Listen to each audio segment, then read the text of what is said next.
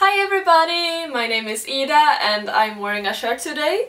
I promise, I'm not naked. Anyways, I am gonna tell you the really embarrassing story about my first date in Korea. Actually, my first date ever. Let's go. So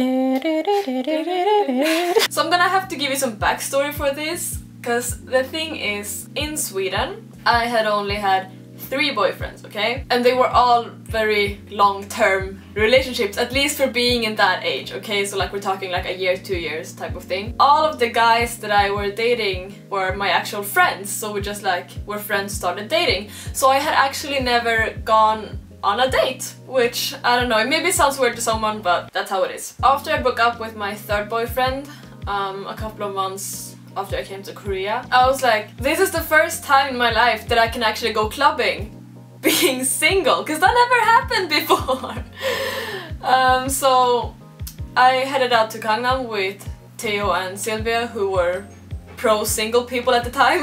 And I was like, I need your help, I don't know what to do. We went to a club in Gangnam. We were just like dancing, doing everything. It was one of our favorite clubs at the time. And I met this really nice guy on the dance floor, and we exchanged phone numbers and we decided to meet up the following night. So when I came to Gangnam and I was supposed to meet him, he was waiting by the subway exit.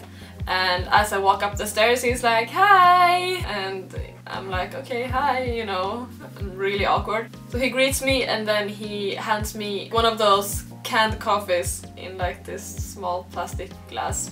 And I don't drink coffee, and I was like, thanks, I'll drink it later. I was kind of scared of going on a date alone, blah blah blah, so we actually went to a bar where my friend bartended at the time.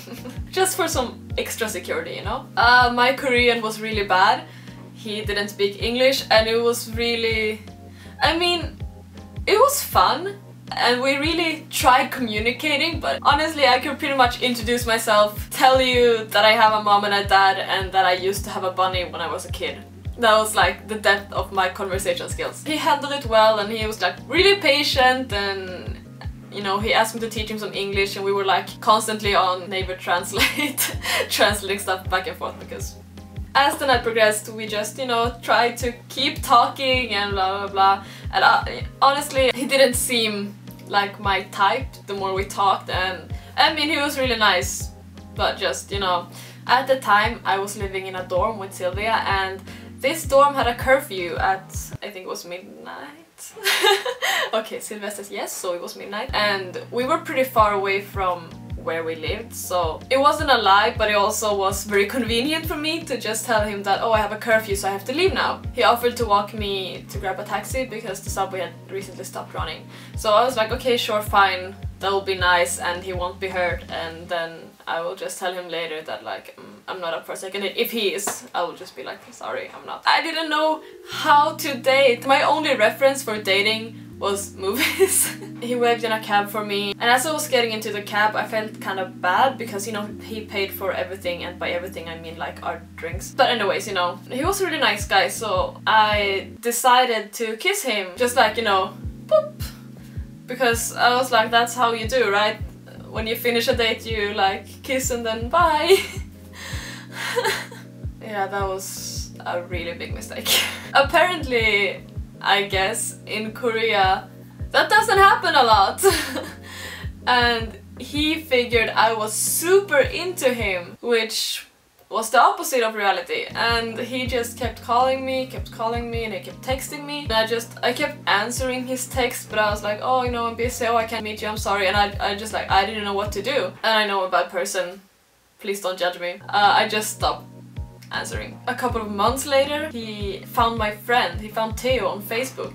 He added him and he texted him and he was like, hi, can you give me Ida's number? And Theo showed me, I'm like, dude! It's been like 6 months. If I haven't contacted you by this time, you know, it's not gonna happen. So I was just like, take a hint, please. I'm sorry, I'm bad at this. I think he moved on by now though. If you've ever had a bad date or you did something really stupid, please let me know and we can just cringe together. Bye. thank you guys for watching, and don't forget to comment, like and subscribe, and check out our latest video over here. You or me said like, maybe we should start a YouTube channel. And the other one was like, yes, I was thinking the same.